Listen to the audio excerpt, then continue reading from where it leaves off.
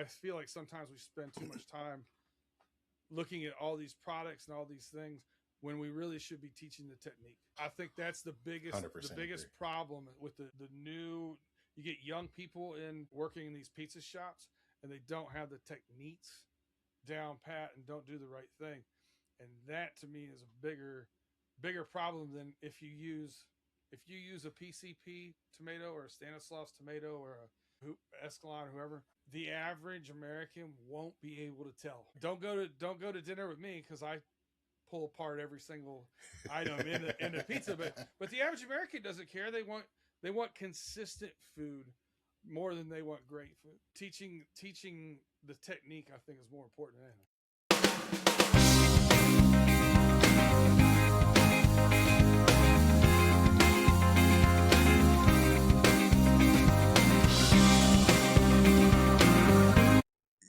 Where in Michigan are you from? So I grew up in Northwest Ohio. Okay. In Lima, and then I moved to Ann Arbor. Okay. So I lived in Ann Arbor. Yeah. You got it really in your blood then. Yeah. I used to live less than a mile from the big house. So it was a good time. For sure. That's like one of my, I was just telling my wife the other day, like I have boys and I love taking them out to events, but we haven't had a college football experience. Yeah. And here in Tampa, we have USF, but they play at Raymond James, and it's like, it's not the same as going to going to the big house or going to the shoe or even going up to Gainesville. It's a totally different experience. So I'm looking forward to taking my boys up for a college. Yeah. College, to me, college football is very unique in its fandom. Like it is 100% authentic fanatic. It's not like fly by night fan. It is fanatic. Like everybody's more vested, it seems like, in their college football team. And the debate between the SEC and the Big Ten over the past few years has been increasing. So it's been a lot of fun.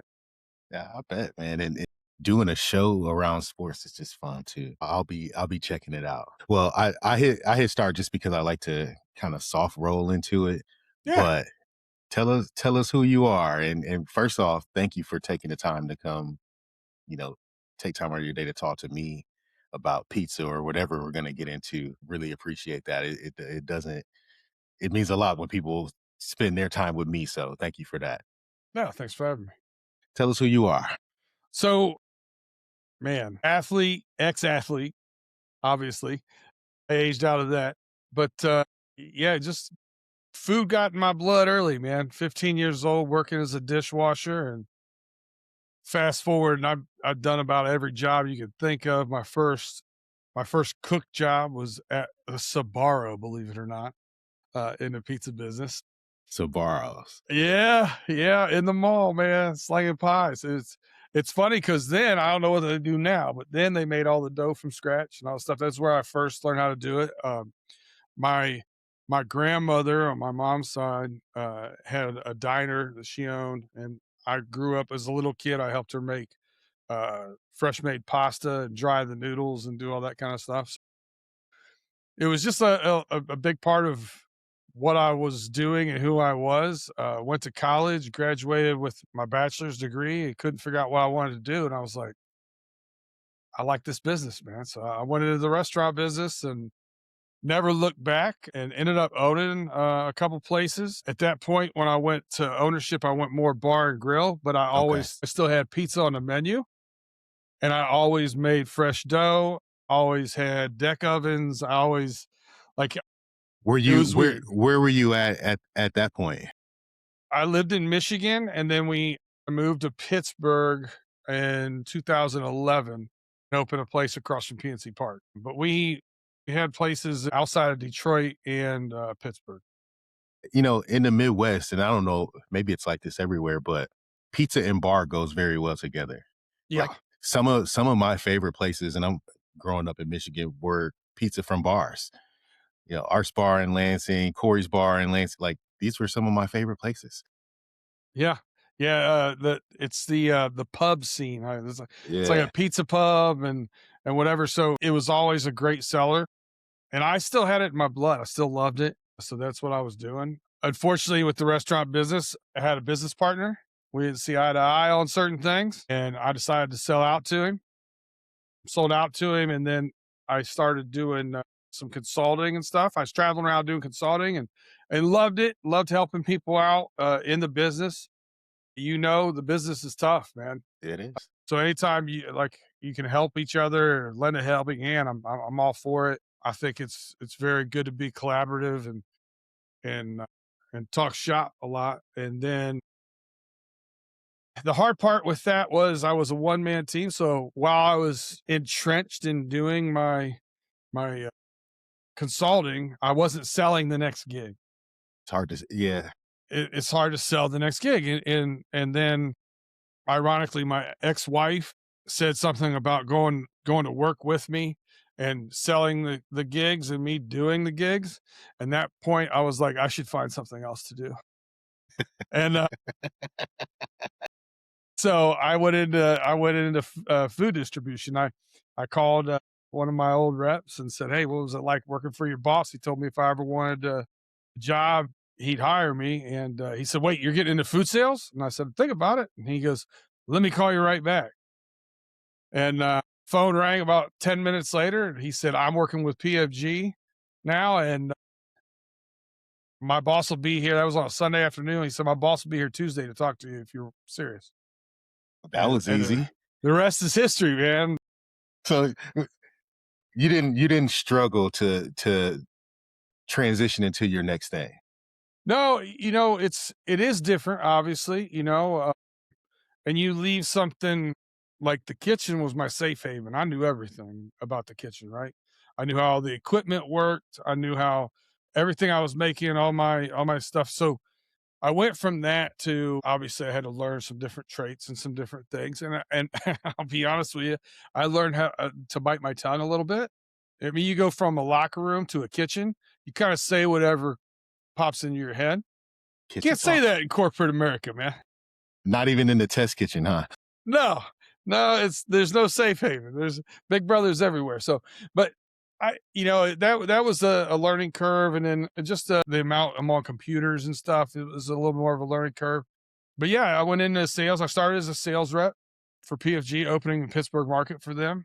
I was the third sales rep they hired in the market, and fast forward, PFG bought Reinhardt in 2020, a couple months before the world shut down. And they called me up. My book of business was 90+% pizza and Italian. I learned with PFG, I learned about Roma foods, and I was like a moth to a light, man. And that was my thing. I liked the guys. I liked the story and the history of the brand, and the fact that the family was still involved in it. Like all those things sung to my heart. So I navigated that. So they asked me to come in as a pizza Italian specialist. I gladly did so. And then I became a brands manager.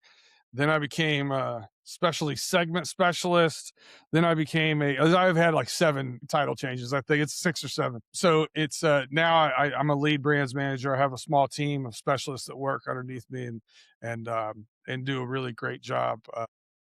We've been fortunate. Pittsburgh's one of the over the past 3 years has been the largest growing opco in the country for us, and we've been having fun, man. It's a lot of work, but it's a lot of fun.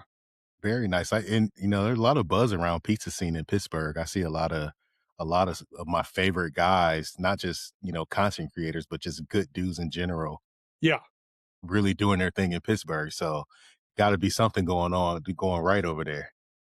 yeah. I moved here in 2011. I got married and got divorced and stayed. I mean, there's a lot of good people here. So remarried now. Did Congratulations. better. Did better. It's just over a year now. But yeah, things are going great, and there's a lot of great guys. Like, it's funny because one of the things that people have like, "Oh, you should do like the One Bite app and rate people. People would follow you." Da da da. I'm like, I can't do that. Like, I s- I either sell these guys stuff or I want to sell these guys stuff. I can't criticize their pizza. Like, that's not part of what I Yeah, got that's going that's on for my very, game. very counterproductive to the Yeah, process. but there's guys out there that obviously I love promoting the people we sell and stuff. But there's guys out there I don't sell that I've been trying to sell for 7 or 8 years. Great pie, great people. I love them. Anthony Badamo from Badamo's Pizza, like that cat's great. Yeah, Won't buy off of me. he ain't doing it. Nope, he's had his stuff set. He's good, and I respect him. I mean, his manager, my wife used to babysit his manager. Like, you know what I mean? Like we're tight with these Like, people. dude, come on, I know you. You know me. Yeah, yeah. I'll take them out, buy them dinner, and like, hey, if anything ever changes, let me know. You never know what the future holds, Well, you know. But I think that's more so what business is about than the actual transacting of businesses. How do we build and maintain relationships? Because who knows what happens a year from now or 2 years from now or any of that. You yeah, remember the people who you have a good relationship with. for sure. How did you so, in developing your career on the sales side, what did you find was like as an operator, you almost not you don't hate the sales guys, but you're not Oh, like, let me find a sales guy to come in time here out. and talk to me today. I was that owner operator that a sales rep could walk up and ask the bartender if the owner or manager was there, and they would turn and look at me, and I would say, "I'm not here. I'm not here. I'm not here." Right in front of them. Like I hated sales reps. I really did. So I don't have like I'm not going to go in and pitch people, and like I don't have the what they call it, the elevator pitch or Yeah. the 60. I don't do any of that stuff, man. I walk in and I want to learn about your business. Like what can you do? And then the next thing is can I add value to your business and can you add value to mine? Like neither one of us work for a nonprofit. Like it is what it is. Like, here are my price. Here's my pricing. Here's my things. Here's where I think I can help you. And if I can't, one of the only things that like I said, restaurant business is really, really tough business. Yeah, As very an competitive. owner, the one thing that you can hang your hat on is you make final decision, right? I'm never going to be there when you do pay your payroll taxes. Not going to be there. So it's up to you to decide what's best for your business. I'm just going to say if I can be a part of it, great. If not, here's my card. If anything changes, let me know. I mean, you never want to trust a guy that says he can solve all your problems, right? Like Uh, I can do everything that you need. We can do it all. But on the other hand, we're probably as operators missing opportunities by closing the door on some of these conversations, or learning something from a person who's seen it from a different perspective, or maybe he's working with one of our competitors and they know about products we don't use. Like how do you continuously reapproach that conversation when someone is, you can help them, and it's like, dude, come on, man, let's just talk. well, my biggest thing, and you kind of touched on it already, is communication, right? So when I'm talking to you, it's like, all right, so how much communication have you had with your provider, your purveyor, your distributor? Like, right now is if you're using a bleached and bromated flour in Pennsylvania, has anybody had a conversation with you about that? What that looks like in the future? That's going away.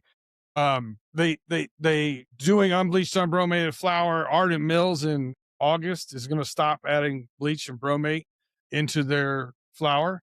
Some of our people are using that, and their distributor hasn't even said anything to them about it. And I'm like, you got to talk about it. What's the difference? Is you're going to take longer for fermentation to get the same rise, or you're going to need to use a different yeast that has a relaxer in it. Like you got to have those conversations with people. Yeah. Well, you touched on it. It was going to be one of my later questions about, all the news around bleach and bromated flour. From a distributor standpoint, how does that affect your business? Other than having to stock different products, it sounds like you're already trying to have the conversations and preparing your customers for what's due to come.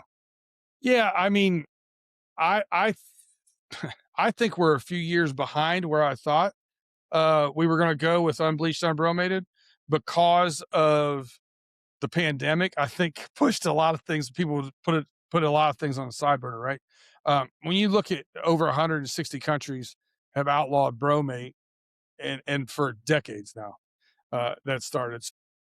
So I've always had that right on the back burner, and I've already had a lot of people transition over to unbleached, unbromated. So that hasn't been an issue really. It's really about coaching what's different about the flower, and really, the color might be a little bit off, but to the average the novice eye, they're not gonna notice it. It's really about how fast that dough will rise. That's the biggest difference. So yeah, we've already got a whole line that we unbleached, unbromated only in that whole line. Yeah, I guess that was really where I was gonna go next is how do you decide which products you guys are gonna carry, or if that's even your decision to make? How do you decide what to carry, what to import? What are customers asking you for? Yeah, so I work a lot with purchasing. As a matter of fact, my next 2 days, that's all I'm doing is working with our purchasing team on some new items we're bringing in. I found a really cool imported buffalo milk stracciatella. I'm really excited about. So, but yeah, with as far as the flowers and stuff like that, it's the twofold that you don't think of. I want to try to simplify it as much as possible for our sales force. So our sales force can give you information pretty easily, right? We have like branded products. You talk about the unbranded products, it's pretty easy, right? Whether it's Pillsbury or General Mills, Ultra, so blah blah blah. What those things are. So it's the stuff, the ancillary things like our private brands, which are all packed by major players, One right? of the big guys, yeah. Yeah. So it's like, okay, well, in that, what do you do? So in ours, we have our Roma brands, we have our Villa Frazzoni brands, our Culinary Secret, our Assoluti. To me, it was really simple. Take the Roma brands, and in August, several of those are made by Ardent Mills, which is going to go unbleached, unbromated. So I just took the rest of them and said, those are all going to be unbleached, unbromated August 1st. There it is. And then the other side of it, you can still get bleached and bromated. That's going to be in our Villa Fazzoni and our culinary secrets. That way, there's a clear message. It's a clear. Do you want 13% protein? Do you want 14% protein? Do you want bleached and bromated? Do you want unbleached and bromated? And then it's easy to go to the right path. Is that something that's going to be available nationwide, or is that starting in Pittsburgh and So our opcos are individual operating companies. Everything has guardrails, but inside those guardrails, we all act as our own companies. So my products mix is completely different than Tampa's. Then I do know a couple people down there though. If you need me to make some phone calls and get some stuff down there, we'll I talk offline. can. I deal with the guys in Orlando, so yeah, Okay, we'll yeah, talk yeah, about yeah. the best path to get, to do some But of these things. but yeah, there's some really cool stuff. Yeah, it's a little bit different. That said, I mean, there's a lot of flour carried across the country. Like everybody's Yeah, selling flour. yeah, It's the cheese mix that gets a little bit different because I'm in a market where you're more likely to see two different provolone blends blended together on a pizza than you are to see straight mozzarella. really. Yeah. Yeah, man. It's a provolone market. So it's all like Mott's Prove is primarily what it is, but I'm more surprised to see straight Mott's than I am surprised to see straight Prove. There's a lot of people that do straight Prove. Really? That's pretty interesting. Mhm.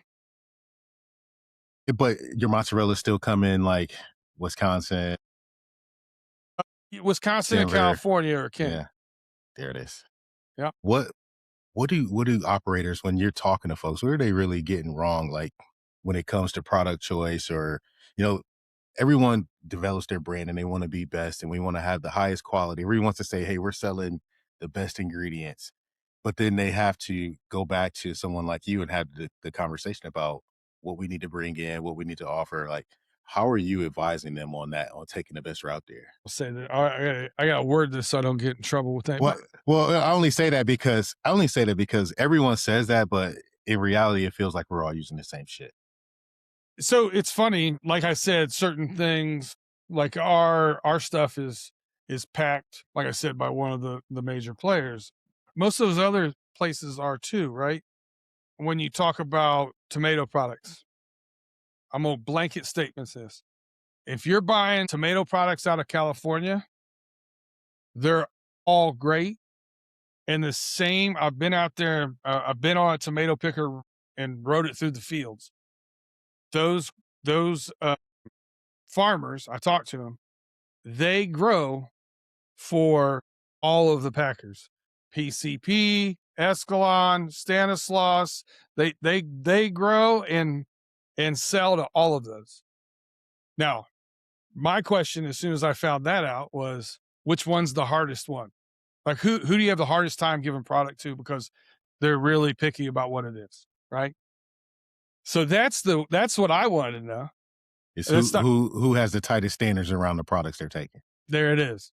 So that's what I wanted to know. And then people ride the what's hot and what's this and you know Pinza and hydration and like all the catchphrase words and stuff like that. And at the end of the day, I mean, I can make a pizza with a 58% or a 65% or a 70% hydration. And depending on what I do with the dough, it's hard for you to tell the difference. Now. To me, I think we spend too much time on this is somebody that sells food for a living. Tell you this. I feel like sometimes we spend too much time looking at all these products and all these things when we really should be teaching the technique. I think that's the 100% agree. biggest problem with the new you get young people in working in these pizza shops and they don't have the techniques down pat and don't do the right thing. And that to me is a bigger problem than if you use a PCP tomato or a Stanislaus tomato or a Escalon, whoever, the average American won't be able to tell. Don't go to dinner with me because I pull apart every single item in a pizza, but the average American doesn't care. They want consistent food more than they want great food. So teaching the technique, I think, is more important than anything. More important than which product you choose, Mhm. because there's where you get more control. I understand that. What do you advise folks that want to compare products? I remember that too from my days from dealing with sales rep was, hey, listen, what's your cheese this week? What's your sauce this week? What's your tomatoes this week? Which we've seen a lot of, tomatoes Mhm. going crazy. How do you guys handle that from your side of it? How are you continuing to protect your own margins while trying to give the best possible price and sell it? Yeah, so I'm really lucky with where I work. Like I said, our operating company is different within my work, but we're pretty transparent. We're pretty here's what it costs, here's what your markup is. Do you want a percentage markup or do you want a flat markup? Here's what it's going to be, here's what it's going to look like. We want to keep growing. We don't want to nickel and dime you to death. We want to keep growing. It's not like that everywhere. So I'm pretty lucky in that means. But to me, it's always a good product at a fair price. I mean, it's in our mission statement. You know what I mean? It is, and we see the industry going more towards forcing computer orders, forcing this, not seeing or talking to actual people that often. And our old CEO a few years ago was doubling down on it. Like we're hiring 2,700 more sales rep. We want more people on the street. The personal aspect of it is not going to go away. So having that relationship with your sales rep, I mean, it's invaluable. People buy from people, not companies. Yeah, I think there's a place for some of the tools, and obviously the PFG as a company is taking some steps to offer more tools and support on the back end. New order platform. I've been kind of playing around with the food cost and recipe builder on that side of things. So how do you then through that relationship encourage folks to use some of the tools and some of the things that can also help you save some money or improve your processes? Because I think we forget that this relationship is more partnership than vendor client. Yeah, for sure. It's funny. I always, when I was a sales rep, the first thing I said is, I want to be a partner of yours. I specialize in procurement. That's it. I'm here to get you the products you need. And I look at it too, like when you talk about like not wanting to talk to another salesman, not wanting to look at it, and you're not looking at different things. You'd stop at a different grocery store driving down the street. You Hmm. know what I mean? Like, oh, a new grocery store open. Let me see what they got. I've used that analogy so many different times. It's crazy. Like And also, if you kept stopping and you always bought milk, bread, and eggs, and I use this analogy with our procurement team a few years ago. I said, if you stopped at the grocery store and you always got milk, bread, and eggs every Monday for the week, and the same grocery store kept being out of bread, would you keep stopping at another grocery store to get bread, or would you go to another grocery store and get milk, bread, and eggs? Exactly. You gotta make sure you have everything in stock. But no, I might get your opco in trouble here. We actually have customer engagement managers. So each district of salespeople has a customer engagement manager. They normally have a couple different districts, but they go in and they will help you set up sheet to shelf inventories, help you do cost analysis on your top 10 selling items. They actually can help with if you use a partnered uh, like a sales platform. They can help if there's any tie-in with that. They can help you with all those kind of things. So, like I said, I'm blessed in Pittsburgh, man. We got some pretty cool stuff going on. Yeah, we're Uh, gonna talk. but it's pretty great. And listen, man, we're right now, knock on wood, we got a couple months left to go, but this is third straight year we're leading in independent case growth in the country. So it's Numbers don't lie. Maryland's Maryland's knocking on our doorstep, though. I don't want to talk too much. Chef John will get mad over there. What's your advice when folks start to request a bunch of samples? I'm like a sample guy. I'm always like, well, I want to try it before we move on to. You can't. I mean, so there's twofold, right? There's certain commodity items that it's hard with, so it is difficult. But you have to try it to sell it. You're not going to sell something to a customer you haven't tried. So to me, you have to sample it. You have to, if it's a really expensive item or it's a hard to sample item, sometimes we'll cryovac them ourselves. We have the machines to do it in house in our test kitchen, or we'll you know do sealed jars of different things. We have like Okay. little 8 ounce sample jars. But for the most part, it's just all right. You need a gallon of garlic aioli, send them a gallon of garlic aioli, let them try it, right? If there's anything that's like a case of chicken, that's hard to kind of, Like you need to sample a case of wings, really? I guess some people are really picky or whatever. So it's a guaranteed case sale. I guarantee the sale. If you don't like it, tell me. We'll come pick it up and throw it in a dumpster or donate it or do whatever. You know what I mean? But that's either guaranteed case sale, worst case scenario. But yeah, you should sample the products that you want to sell. What's your Who's your ideal customer? A custom Anthony Badamo. And I'll tell you why. Come A on, cus- Anthony. a customer that's hard to get is worth getting because they're loyal. They're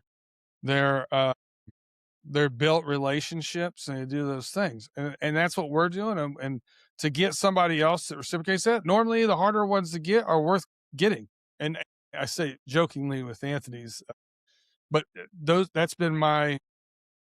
If somebody, when you walk in the door and you walk up and say, "Hey, I'm Brandon with PFG," like, "Oh yeah, I've heard a lot about you. Let me fill out a form. Like I want to start buying some stuff from you next week."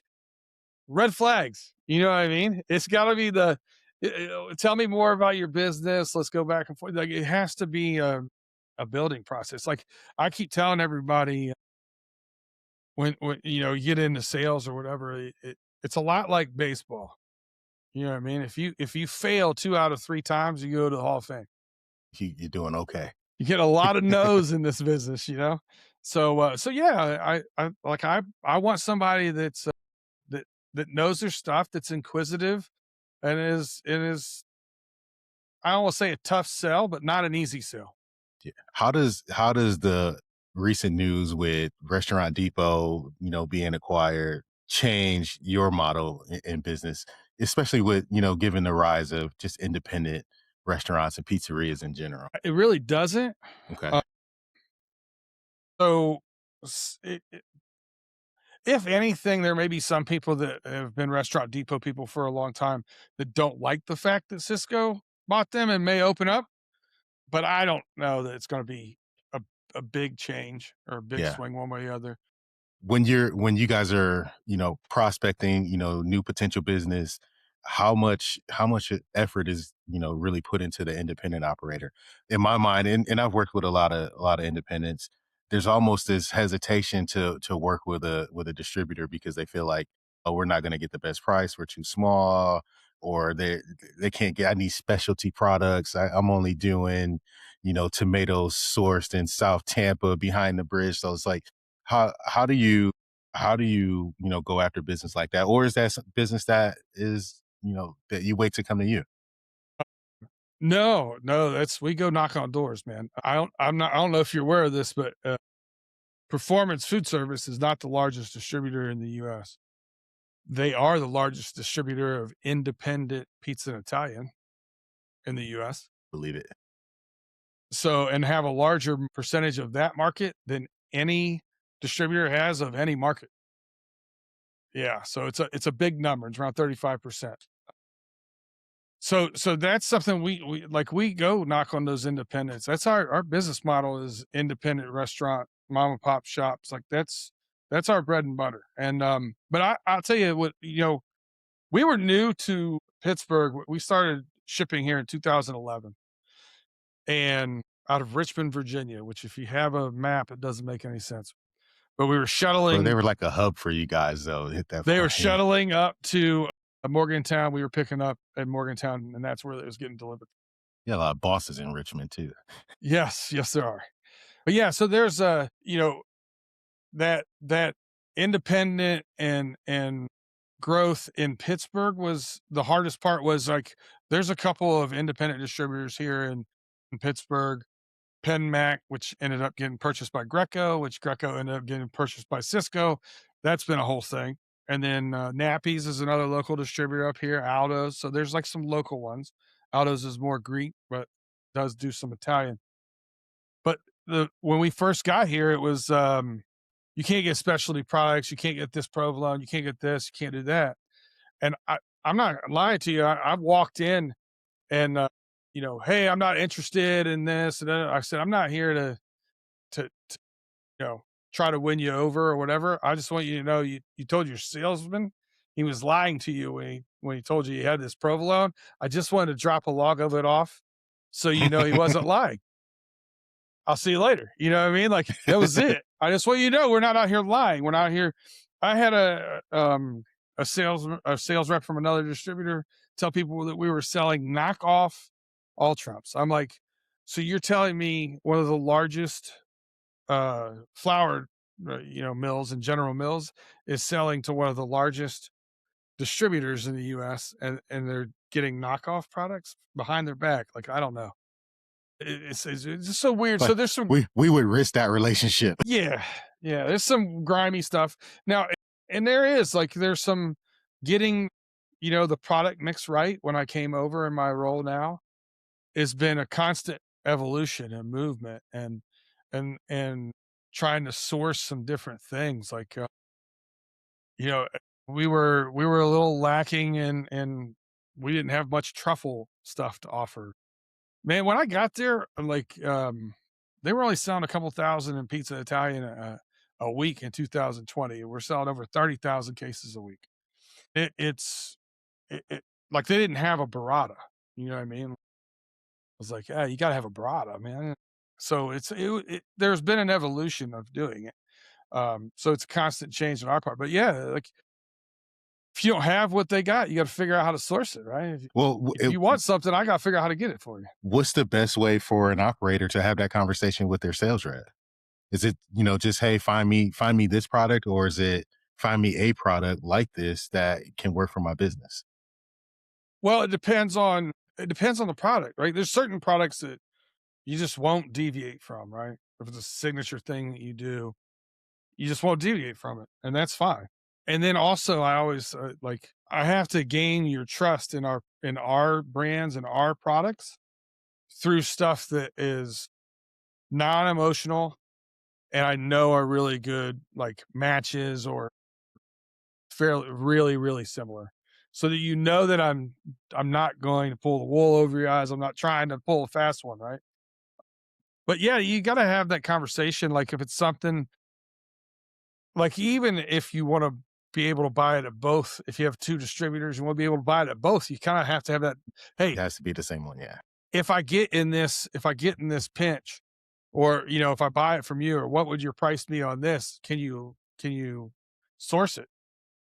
That's an easy question to ask. They should send that off, to whether it's a pizza Italian specialist, whether it's a buyer, and say, "Hey, what does it look like?" Because a lot of times it's easily sourced. Like where you're at, there's a buyer down there that helps with all three of our Florida locations, and now there's more in the Cheney brother line of command. Like we can find the product, I'm sure. That's interesting because things are changing so fast and, with social media blowing up and all these competitions popping up, all over the country and all over the world now. There's always this search and this hunt for what's next, right? What's the next hot Mhm. topping? What's the next, combination? What's the next sauce or drizzle or whatever that may be? And then that subsequently creates the problem of how do I get it? Uh, I've seen forums on with guys that are ordering products from Amazon and paying ridiculous prices just to get it in. So it's interesting that you can have that conversation with your salesperson or with whoever your rep is if you're working with a company like. And we're not making this I love PFG, even though I'm a PFG customer. It's great to be able to have those conversations.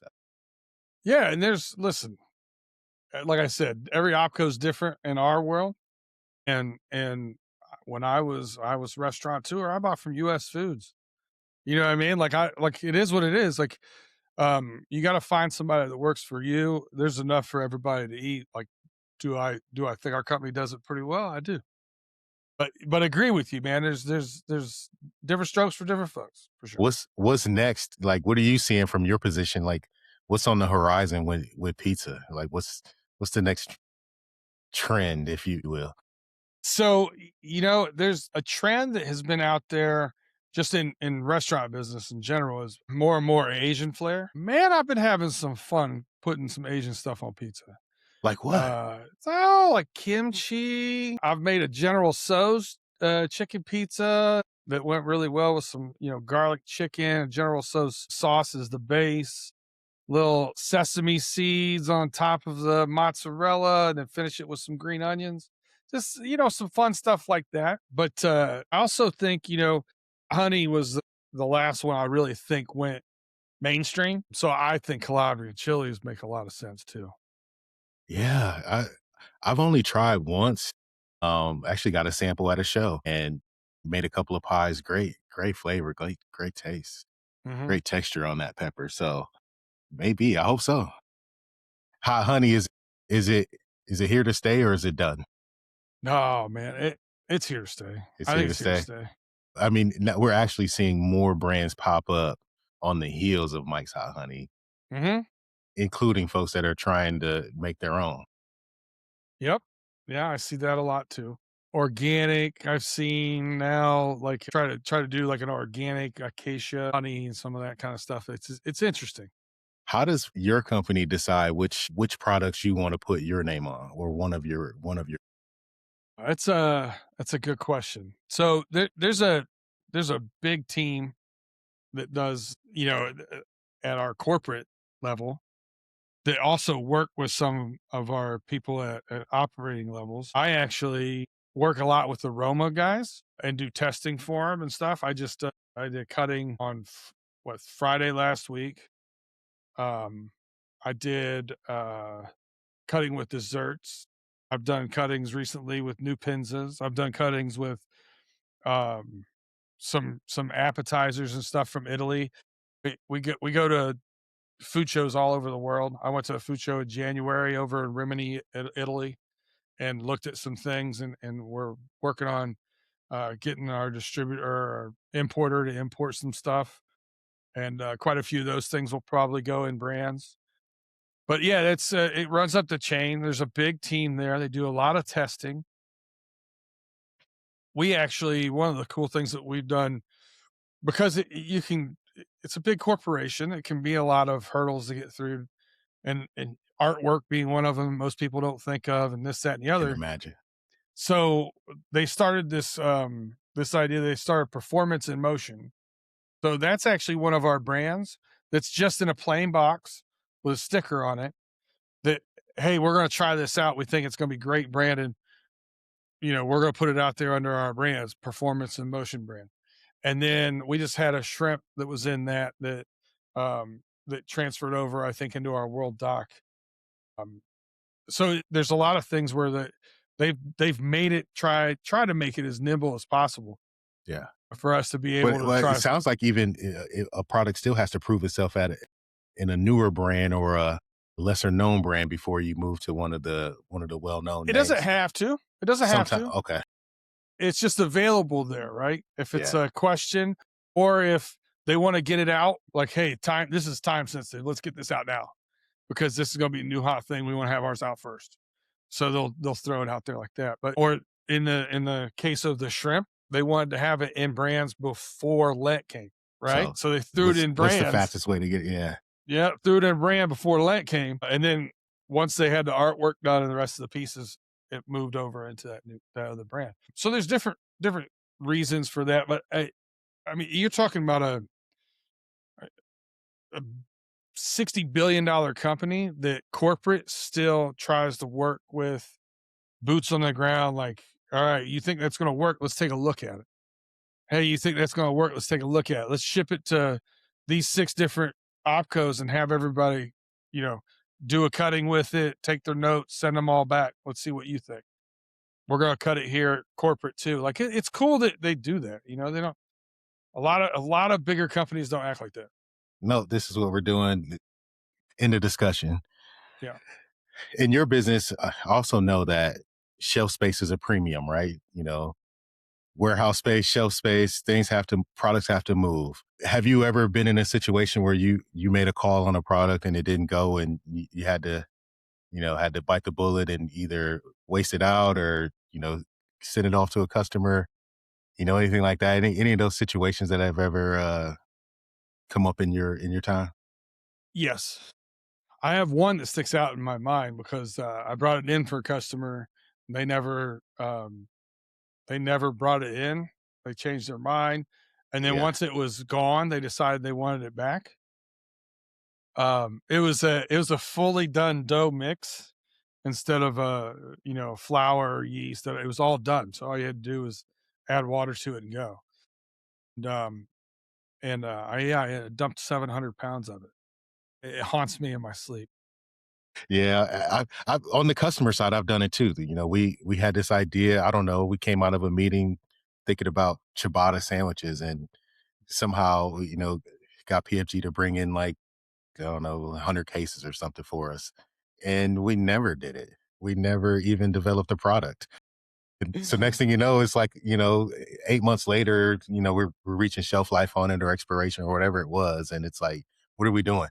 Oops. What are we doing here? I'm like, oh, well, if you guys can split the cost with me, we'll do it. And we just donated it to a food bank here. They did work with us. Yeah. We all kind of took a little bit of a loss on this. So unfortunate Yeah. situations happen. I have I do a pretty good job of getting rid of it or selling stuff off or like if I have a plan, if I have an idea and I bring it in, like I to me that comes with a lot of weight. Like I take responsibility of that item. So I get behind it and try to sell it. I also go out and see customers. I don't sit in an office all day. I do trainings for our sales force. I see customers. I do a lot of different things. So I can help move the needle, so to speak, a little bit with certain things. And I know a good amount of people, like as far as what customers might be interested in certain items. I mean, that said, there's 3 things that on Wednesday I'm going to pull the plug on. Yeah. You know, You ever have to just tell a customer, no, I don't think there's something we can get, or not that we can't, but just that it just doesn't work for us right now. I can't get that one. We have this one. Will it work for you? And it doesn't work. One of those actually we're probably remedying as we speak right now, but a year later, you know, because I just didn't have access to what they were looking for and I couldn't buy it correctly because it was we were already selling a different brand.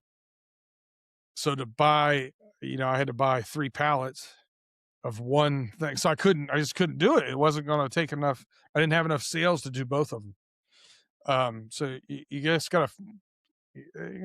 I just kept it in the back of my mind, and then something became available, and I was able to snatch it, and now we're getting that business back. But yeah, there's a lot of times like our warehouse was completely full when I started. We doubled the size of the warehouse with a $30 million expansion, and we're full again. So space matters So space a matters. lot. So it's just like, if your shop is only has so much refrigerator, freezer space, yada yada yada, like you got to make your menu accordingly. You have to get your deliveries accordingly. Like, a lot of people may want, 1 day a week delivery and need two because they can't fit all the product they need for the weekend on a Tuesday delivery. It's one of those weird things. Tough business. I always sympathize with your side of it because it's more than just selling us the products. Well, it's maintaining the quality of the products. You have to, all the logistics behind delivering and delivering on time and delivering right, and things have to be picked correctly. You guys ever feel like, man, they should give us a little bit of a break on some of these things, or is it? Do you hold yourself to a higher standard? Me? No, you don't have to give me a break on anything. Tyrell, I have one of the easiest jobs in the world. I get to play with food every day. I love it. In this equation, your job is really hard. The driver's job is really hard. The night pick job is really hard. My job is fine. My job is a cupcake compared to those things. I've done some of them. I've been on trucks and done deliveries with guys. I've been in your shoes and ran restaurants. Listen, if you want to give me a little guff over something happening or something, they put, a case of cheese on top of a case of produce. Things happen. I'll Things take care of it. happen. If you need to vent, go ahead. My Well, apologies. We'll take care of it. well, yeah. Well, I just know I've been on some of those conversations, and you just need somebody to take it out on it, but it's not always fair, right? So Life's for not fair.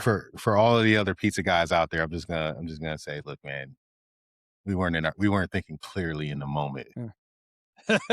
Well, it's funny because on the sales side of things, we joke is like, that one customer that always has something go wrong. Yeah, that's this customer. And it's not like we're saying they make things up. It's for some reason it seems like It always finds you. the problems will stick with one person for like a 6 month period. Like a driver may only make 5 mistakes in 6 months. All five of them went to the same With spot. that same the Uh, same one. a picker is going to make a mistake. That same one. It's like every sales rep has like a rotating who's getting bad picks or bad service, and it always rotates. So so last week we delivered almost 240,000 cases of groceries.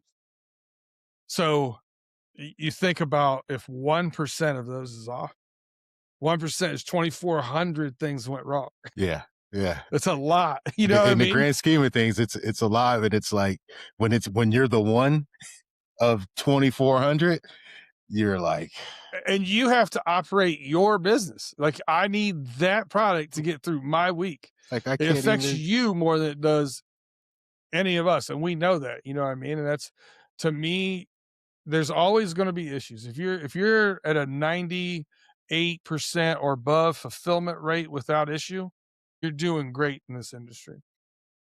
So that means you're going to have at 98%, you're going to have 5,000 things to fix. How do you fix them? You know what I mean? That's the difference between a good distributor and a great distributor. You also work, you obviously work with operators at every different level, whether they're just getting started or they're very seasoned or, just kind of finding their way but doing okay. There's a difference between good operators and great operators. What are the best ones doing differently? Always learning, questioning things.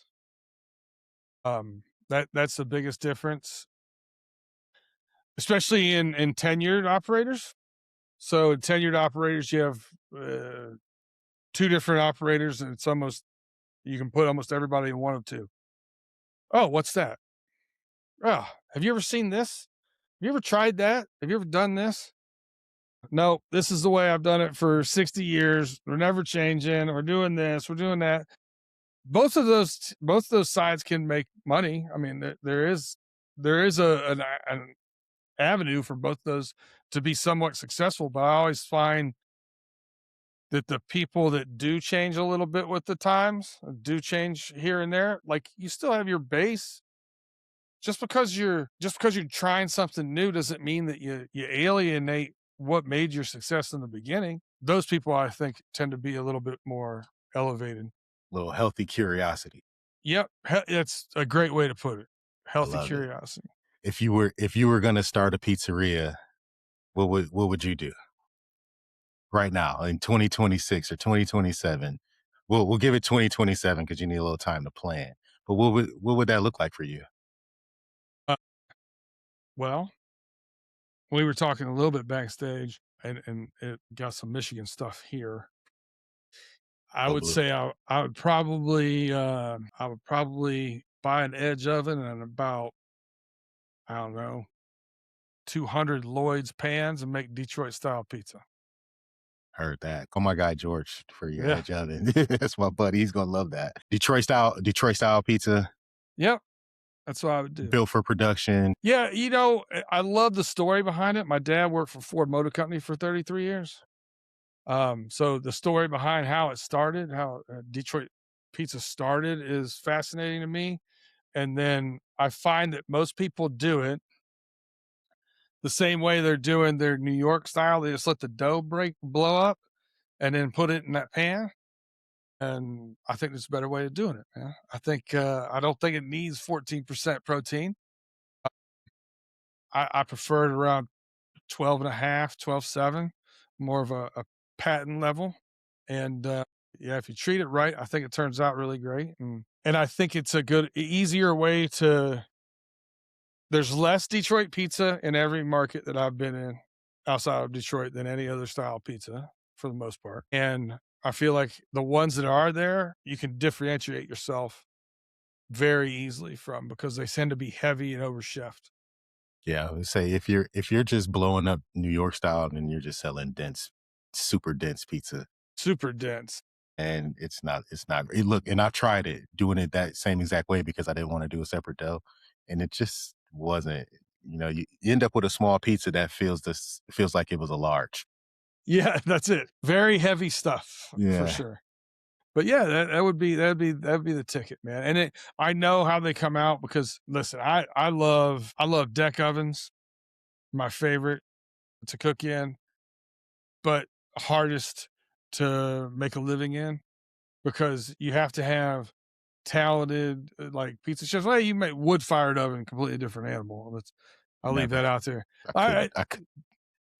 I so so we have the AVPN certified Roma regional for us that has a wood fired oven in his backyard, and he uses his like inside oven to cook pizzas in with a 1 inch stone Yeah. because what do you want to go out there and stoke a fire for hours for to make like six pizzas for your family? Like, come Uh, on, man. that's why I don't smoke meats either. It's like, dude, I can't do it. See, I grew. That's how I grew up in the business was like we would do smoked meats and barbecues and da da da da. That was my my third job. He did a huge caterings, 2,500 people for REO Speedwagon and blah blah blah blah. Nice. So I did a lot of that stuff.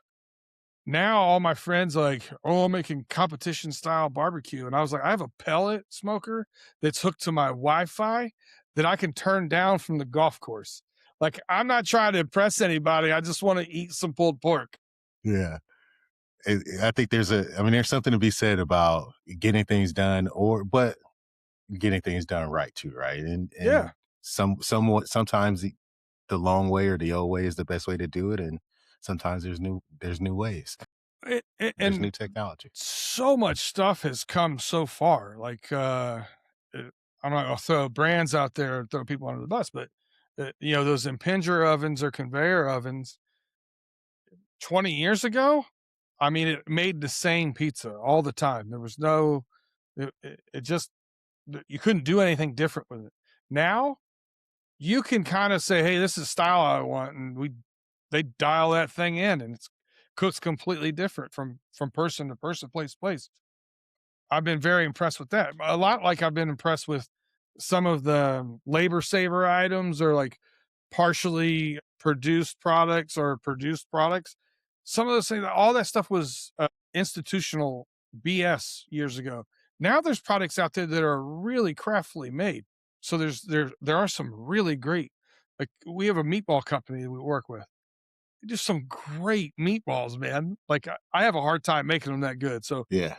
but they're just items like that and all the different, equipment and stuff, it's just come so far since the past 15, 20 years. Well, I would love to pick your brain more on some of those things. I mean, just thinking about pizza, what do we do? It's flour, it's sauce, it's cheese, and it's proteins. We're always trying to find the right balance between quality and profit.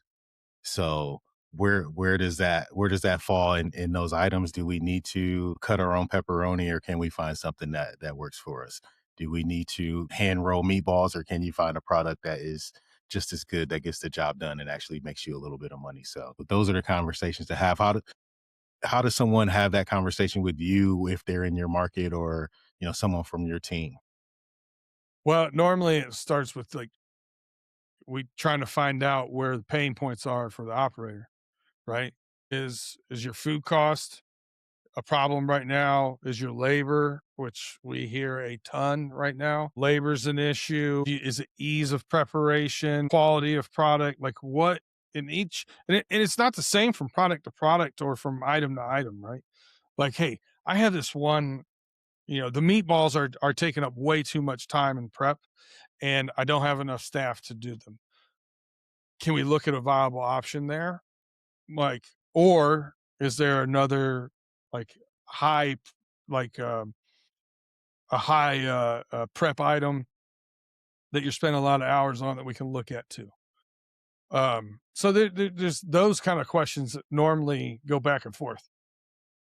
Then it's all right. So now let's find a solution for the problem. Brandon, this has been really good, man. You obviously have some deep roots in the pizza and Italian food game, and you're doing some great things over there in Pittsburgh. I had it in my notes to say something about Michigan, just because Go that's blue. that's just our thing. Go blue. Prediction for this year, football. What do you think? Oh, man, you don't want to hear it from me. Well, I think it's a 4-loss year, man. tough year. I think it's a 4-loss year. That's a tough year. Yeah, we got a tough schedule. Improving with what we got going on. I'm hearing good things on the ground about the offensive line and stuff. If the offensive line is right, we can run the ball control, line of scrimmage. Maybe we can get it down to 2 losses, but we're going to lose a couple games. Luckily, some of those big games are at home. We have Oregon, we have Penn State, Oklahoma at home. We have Indiana at home. We're on the road at Ohio State. We have Michigan State at home. I know they've had a couple down years, but they just hired a really good coach, and that rivalry game is always tough. So Look, I'm from Lansing, and as long as we beat Michigan State, things are up for me. it's a good year if you beat Michigan State. A great year if you do something else, right? That's right. That. Thank you so much again, just for coming on and talking shop with us. You also host your own podcast. Please drop that and let listeners know where to find you and listen to some sports talk and some of the other things you have going on. Yeah, I as long along with being a Michigan fan, I'm Cincinnati Bengals fan, which is Wild. It's just yeah, and wild. it's also like you're putting yourself in a torture chamber. But yeah, I Running Through the Jungle is my podcast and my channel. I got on YouTube, Spotify, Apple, wherever you podcast, all those kind of things. And I'm also on the Steel Curtain Network through the Fans First Sport Network.